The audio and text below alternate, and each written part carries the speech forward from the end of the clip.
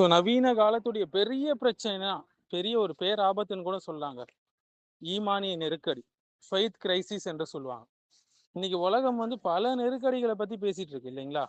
பொருளாதார நெருக்கடியை பத்தி பேசுது, அரசியல் நெருக்கடியை பத்தி பேசுது, சுற்றுச்சூழல் நெருக்கடியை பத்தி பேசுது, மனநலம் அதற்கான நெருக்கடியை பத்தி பேசுது, குடும்பத்தில் ஏற்படக்கூடிய நெருக்கடியை பத்தி பேசுது, கல்வி ரீதியான நெருக்கடியை பற்றி பேசுது, அடையாளம் ரீதியான நெருக்கடியை பத்தி பேசுது. ஆனால் இவை அனைத்திற்கும் அடியில் இருக்கக்கூடிய மிகப்பெரிய ஒரு மூல நெருக்கடி ஈமானிய நெருக்கடி, அல்லாஹ்வின் மீதான நம்பிக்கை, யகீன்.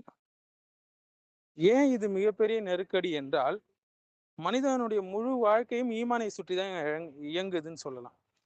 ஈமான் தான் ஒரு மனுஷனுடைய மனசை வழி நடத்துது, அவனுடைய நெறிமுறைகளை கட்டுப்படுத்துது, ஆசைகளுக்கு எல்லைகளை வகுக்குது, அவனுடைய துன்பமா அவனுக்கு பொறுமையை கற்றுத்தருது, வாழ்க்கை மரணத்துடைய அர்த்தத்தை அதுதான் நமக்கு கற்றுத்தருது, வாழ்க்கைக்கு ஒரு நோக்கத்தை தருது. ஈமான் இல்லாத ஒரு மனுஷன் வந்து அறிவுள்ளவனாக இருக்கலாம், பெரிய பெரிய PhD எல்லாம் முடிச்சிருக்கலாம், பணக்காரனா இருக்கலாம், தொழில்நுட்பத்துல டாப்ல இருக்கிறவனா இருக்கலாம். ஆனா அவனுடைய உள்ளத்துல ஈமான் இல்லைன்னா வெறுமை இருக்கும், பயம் இருக்கும், வாழ்க்கை அர்த்தமற்றதாக தோன்றும், அவனுக்கு மனசுல குழப்பம் இருந்துகிட்டே இருக்கும். இதால மனசளவுல அவன் உடஞ்சுதான் கிடப்பான், எவ்வளவு பெரிய ஆளா இருந்தாலும் சரி. ஸோ வந்து முன்னெல்லாம் மனுஷன் வந்து குறைஞ்ச வசதி இருக்கும், ஆனா உள்ளத்துல அமைதி இருக்கும், சந்தோஷமா வாழ்ந்தான். இன்னைக்கு அதிக வசதி இருக்கு, நல்ல சேலரி இருக்கு, நல்ல ஜாப் இருக்கு, நல்ல என்டர்டெயின்மெண்ட் இருக்கு, ஃபோன் இருக்கு, தகவல் கொட்டி கிடக்கு, அதிகமான ஃப்ரீடம் இருக்கு, அதிகமான டெக்னாலஜி இருக்கு. அதே நேரத்தில் சூசைடு அதிகமா இருக்கு, டிப்ரெஷன் அதிகமா இருக்கு, ஆங்ஸைட்டி அதிகமா இருக்கு, தனிமை லோன்லினஸ் அவனை கொல்லுது, அடிக்ஷன் அதிகமா இருக்கு. ஏன்னா தொழில்நுட்ப முன்னேற்றம் வந்து உள்ளத்தை ஒருபோதும் குணப்படுத்தாதுங்க. ஸோ ஈமான் நெருக்கடியோட அடையாளங்கள் என்னன்னு பார்த்தீங்கன்னா, நான் ஏன் பிறந்தேன்னு மனுஷன் கேட்குறான், என் வாழ்க்கையோட நோக்கம் என்னன்னு கேட்குறான், மரணத்திற்கு பிறகு என்ன நடக்கும்னு கேட்குறான். இஸ்லாம் அவன்கிட்ட இல்லைன்னா, ஈமான் அவன்கிட்ட இல்லைன்னா அவனுக்கு தெளிவான பதில் கிடைக்காது இந்த கேள்விகளுக்கு. அவனுடைய ஈமான் பலவீனமா ஆச்சுன்னா அவன் செய்யக்கூடிய பாவங்கள் சாதாரணமாயிடும், ஷிர்கு செய்யறது கூட என்டர்டைன்மெண்ட் ஆகிடும், ஃபாஹிஷா மானக்கேடான விஷயங்கள் செய்யறது கல்ச்சராக ஆகிடும், வட்டி வாங்குவது அவனுடைய எக்கனாமியாக ஆகிடும். ஒரு முஸ்லீமுக்கு துன்பம் வருது என்றால் அல்லாவுடைய சோதனை என்று இதை நினைப்பான். ஆனா ஈமான் இல்லாதவன் என்ன செய்வான், அங்கேயே உடஞ்சு போயிடுவான், ஹோப்லெஸ் ஆயிடுவான்.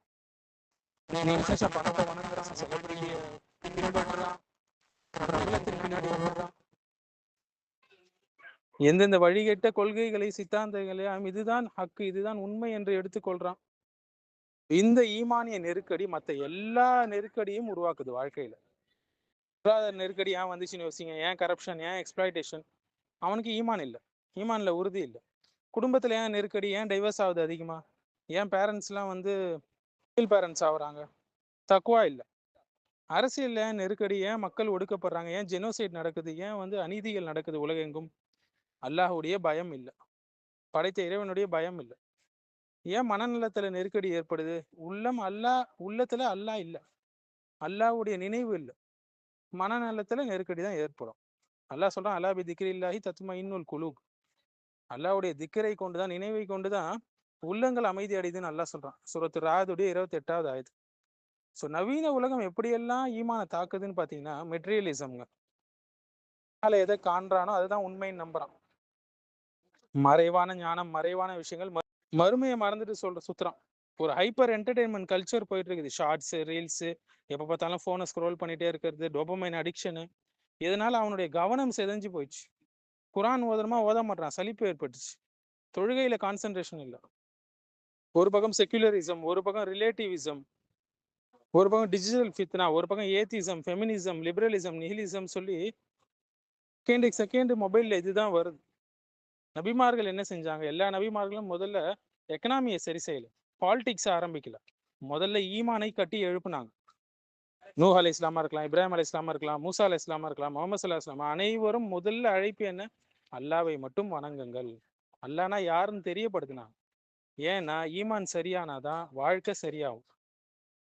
ஈமான் நெருக்கடிக்கான தீர்வு என்ன, அல் குர்ஆனை புரிந்து ஓத வேண்டும், வாழ்க்கையில் அமல்படுத்தணும். அது ஒரு தகவல் புத்தகம் கிடையாதுங்க, உள்ளத்தை உயிர்ப்பிக்கக்கூடிய புத்தகம், மரணித்த உள்ளத்தை உயிர்ப்பிக்கக்கூடிய புத்தகம். அகீதாவை படிக்கணும், டீப்பா படிக்கணும். மேலோட்டமா நுனிப்புல் மேயறது இல்லை. நல்ல நண்பர்களோடு இருக்கணும். அது ஈமானை வலுப்படுத்தும். தொழுகை சடங்காக இருக்கக்கூடாது. உள்ளத்தோடு அந்த தொழுகையில ஒரு ஜீவன் இருக்கணும். மரணத்தை அனுதினமும் நினைவு கூர்ந்துட்டே இருக்கணும். நவீன காலம் என்ன, மரணத்தை மறுக்கக்கூடிய கலாச்சாரம் தான் பரவிட்டு வருது. மரணத்தை அதிகமா நினைக்கிறீங்களா, உங்க உள்ளம் சுத்தமாகும். நிறைய பேர் இன்னைக்கு பெயர் வச்சிருக்காங்க, அப்துல்லா, அப்துல் ரஹ்மான் பெயர் வச்சிருக்காங்க. ஆனா அவங்களுடைய உலக கண்ணோட்டம் செக்யூலராக மாறிடுச்சு.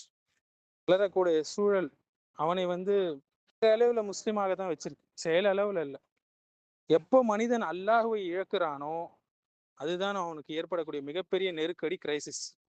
ஈமான் இல்லாத அறிவா உங்களுக்கு இருக்கா, அது உங்களுக்கு அகந்தையை பெருமை அடிக்கத்தான் சொல்லி தரும்.